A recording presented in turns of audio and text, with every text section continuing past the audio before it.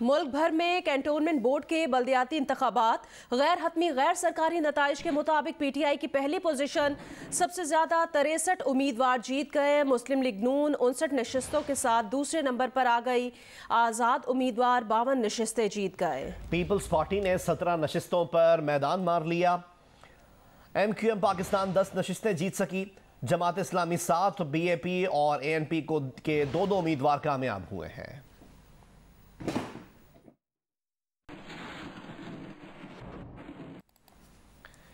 पंजाब में मुस्लिम लीग नून का पलड़ा भारी रहा। 51 नशिस्तों के साथ सबसे आगे रही। आज़ाद उम्मीदवार 32 नशिस्तों के साथ दूसरे और तहरीक इंसाफ 28 नशिस्तों के साथ तीसरे नंबर पर है। लाहौर और रावलपिंडी में तहरीक इंसाफ को बुरी शिकस्त हुई। लाहौर में वाल्टन और लाहौर कैंट मुस्लिम लीग नून ने जीत लिया। लाहौर में मुस्लिम लीग नून 15, PTI ने 3 नशिस्तें हासिल की, जबकि एक आज़ाद उम्मीदवार कामयाब हुआ। चकलाला कैंट में भी PTI को अपसेट शिकस्त हुई। वाह कैंट में मुस्लिम लीग नून ने 10 में से 8 नशिस्तें जीतकर तहरीक इंसाफ को बड़ा धचका पहुंचाया। गुजरांवाला में तहरीक इंसाफ ने 10 में से 6 नशिस्तें जीतकर मुस्लिम लीग नून को मात दे दी। बहावलपुर, जहलम और खारिया में तहरीक इंसाफ ने मैदान मार लिया। मुल्तान कैंट की 10 में से 9 नशिस्तें आज़ाद उम्मीदवार ले उड़े। एक पर मुस्लिम लीग नून कामयाब हुई। पंजाब में पीपल्स पार्टी का कोई उम्मीदवार कामयाब नहीं हो सका।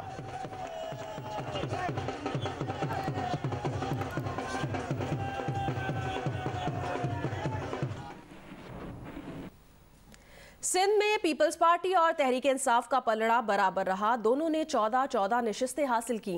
MQM ने 10 नशिस्तें हासिल की। तहरीक इंसाफ ने तमाम 14 नशिस्तें कराची से जीती। गैर हतमी नताइज के मुताबिक कराची के तमाम 42 वार्ड्स पर पीपल्स पार्टी के 11 उम्मीदवार कामयाब हुए। 6 नशिस्तों पर आज़ाद उम्मीदवार कामयाब हुए। जमात इस्लामी 5, MQM और मुस्लिम लीग नून के 3 उम्मीदवार कामयाब हुए। तहरीक इंसाफ ने खैबर पख्तूनख्वा के 37 वार्ड्स में से 18 नशिस्तें जीत लीं। आज़ाद उम्मीदवार 9 और मुस्लिम लीग नून 5 नशिस्तों पर कामयाब रही। पीपल्स पार्टी ने 3 और ANP ने 2 नशिस्तें जीत लीं। पेशावर कैंट में PTI शिकस्त खा गई। 5 में से सिर्फ 1 नशिस्त जीत सकी। बलोचिस्तान की 9 में से 3 नशिस्तें PTI, 4 आज़ाद उम्मीदवार और 2 BAP ने जीत लीं। बलोचिस्तान में नून लीग और पीपल्स पार्टी का कोई उम्मीदवार कामयाब नहीं हुआ।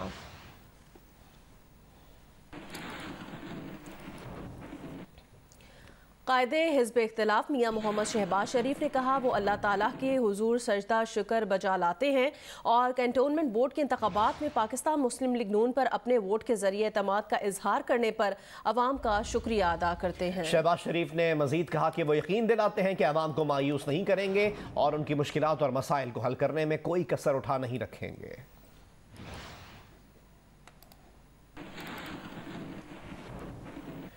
वफाकी वज़ीर इत्तलात फवाद चौधरी ने कहा है कि PTI मुल्क भर में वाहिद वफाकी जमात के तौर पर सामने आई जिसका असल मुकाबला आज़ाद उम्मीदवारों से हुआ। पीपल्स पार्टी और मुस्लिम लीग नून की हैसियत फिर आश्कार हो गई।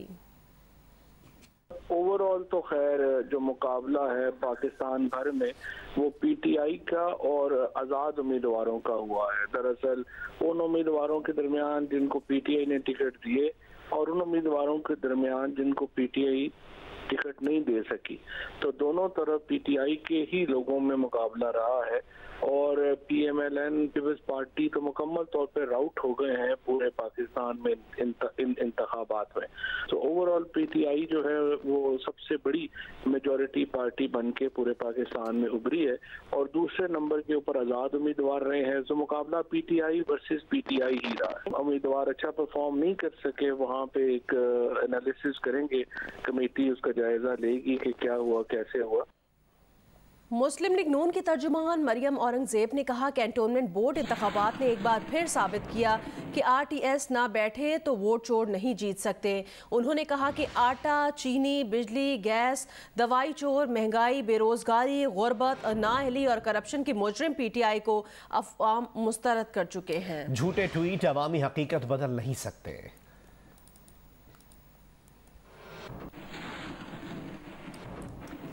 रहनुमा तहरीक इंसाफ सेनेटर फैसल जावेद खान ने कहा है कि मुल्क भर में PTI को कामयाबी हासिल हुई। जहां PTI को शिकस्त हुई वो ज्यादातर आजाद उम्मीदवार थे। नून लीग और पीपल्स पार्टी एक बार फिर बुरी तरह शिकस्त से दो चार रहे।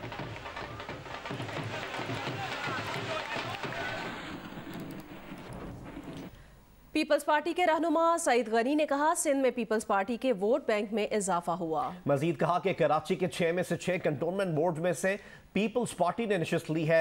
जो उम्मीदवार हारे हैं वो भी निहायत कम मार्जिन से हारे हैं।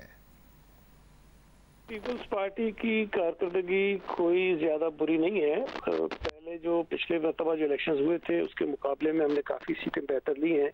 हैदराबाद में हमारी तवक्को से कुछ सीटें हमें कम मिली हैं और कराची में भी कुछ सीटें हमें तवक्को से कम मिली हैं। कराची की 2 नशिस्तें ऐसी हैं जहाँ पीपल्स पार्टी का एक उम्मीदवार 1 वोट से आ रहा है और वहाँ 12 वोट या पता नहीं 16 वोट रिजेक्टेड हैं, तो उसमें हम रिकाउंट में जा रहे हैं। और एक जगह हम 3 वोटों से आ रहे हैं और वहाँ भी जो मुस्तरदशुदा वोट है उनकी तादाद ज्यादा है, तो वहाँ भी रिकाउंट में जा रहे हैं। कुछ जगहों पर हमारे कुछ उम्मीदवारों की शिकायत भी है, वो हम इलेक्शन कमीशन को हमने भेजी है। उस पर भी हम कोशिश करेंगे कि कोई ताज़ा हो सके। कराची कैंटोनमेंट की जो नशिस्त हमने जीती वो सारी जिंदगी पीपल्स पार्टी कभी नहीं जीती। क्लिफ्टन कैंटोनमेंट बोर्ड की एक डीएचए की सीट थी, वो हमने कभी नहीं जीती, वो हम जीत गए हैं। एमक्यूएम राब्ता कमेटी के रुकन कुंवर नवीद जमील ने कहा है कि हैदराबाद में कामयाबी से साबित होता है कि अवाम एमक्यूएम से मोहब्बत करते हैं। हैदराबाद में मीडिया से गुफ्तगू में कुंवर नवीद जमील ने कहा, मनफी प्रोपेगेंडा के बावजूद अवाम ने भारी अक्सरियत से कामयाब कराया। एमक्यूएम ने गुज़श्ता इलेक्शन में 10 वार्ड्स में से 6 पर कामयाबी हासिल की थी। इस इलेक्शन में 7 वार्ड्स में कामयाबी हासिल की है। उनका कहना था, एमक्यूएम की फतह दुश्मन की ताबूत में आखिरी कील साबित होगी।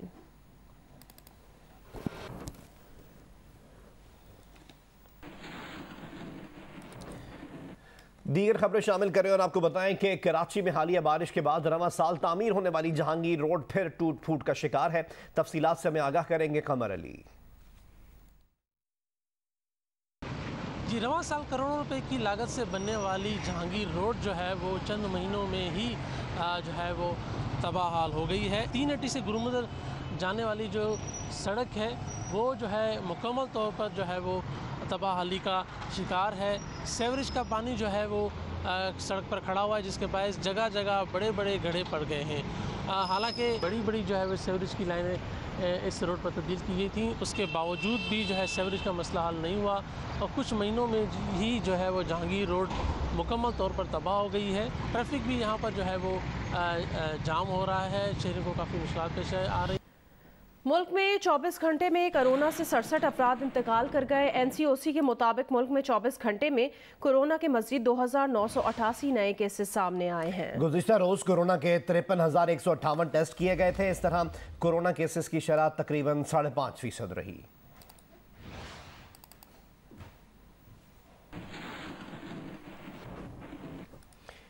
अमरीकी डेमोक्रेट सेनेटर क्रिस वैन ने कहा है कि अफगानिस्तान की मौजूदा सूरत हाल में पाकिस्तान का किरदार बहुत अहम है। अफगान सूरत हाल के तनाजुर में सदर जो बाइडन पाकिस्तानी वज़ीर आज़म से रब्ता करें। अमरीकी वज़ीर ख़ारजा कौमी सलामती के मुशीर और बाइडन इंतज़ामिया से इस सिलसिले में बात की है।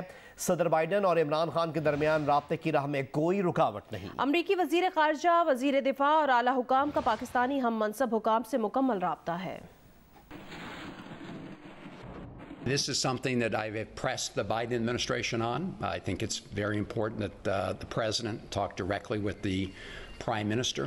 I have talked to the Secretary of State and to folks at the National Security Council about this. They've assured me that there's no, reason that President Biden has not called, that there's just lots of things that are going on, and that there have been lots of high-level interactions, the Secretary of Defense, the Secretary of State, and others. But my view is that it would be very important for the President to call the Prime Minister of Pakistan, and that's because Pakistan's an important country in the world.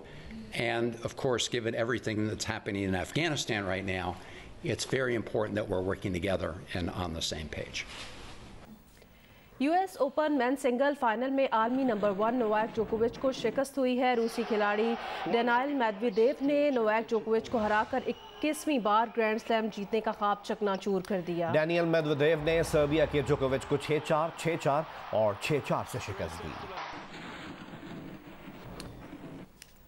PCB ने Caribbean league से मोहम्मद हफीज को जल्दी बुलाया या हफीज को गलतफहमी हुई? मामला सुलझने के बजाय उलझने लगा है। पीसीबी का कहना है कि इमाद वसीम की तरह मोहम्मद हफीज को भी 16 सितंबर की ही डेडलाइन दी थी। 12 सितंबर की डेडलाइन गलतफहमी का नतीजा है, लेकिन हफीज की तरफ से इशारा मिला है कि ये गलतफहमी थी या मंसूबाबंदी, उनके पास सबूत मौजूद हैं जो जल्द सामने आएंगे। मोहम्मद हफीज और इमाद वसीम दोनों T20 वर्ल्ड कप का हिस्सा हैं और कैरेबियन लीग खेल रहे हैं। पहले ये खबर सामने आई थी कि क्रिकेट बोर्ड ने रिपोर्ट करने के लिए हफीज को 12 सितंबर और इमाद वसीम को 16 सितंबर की डेडलाइन दी है।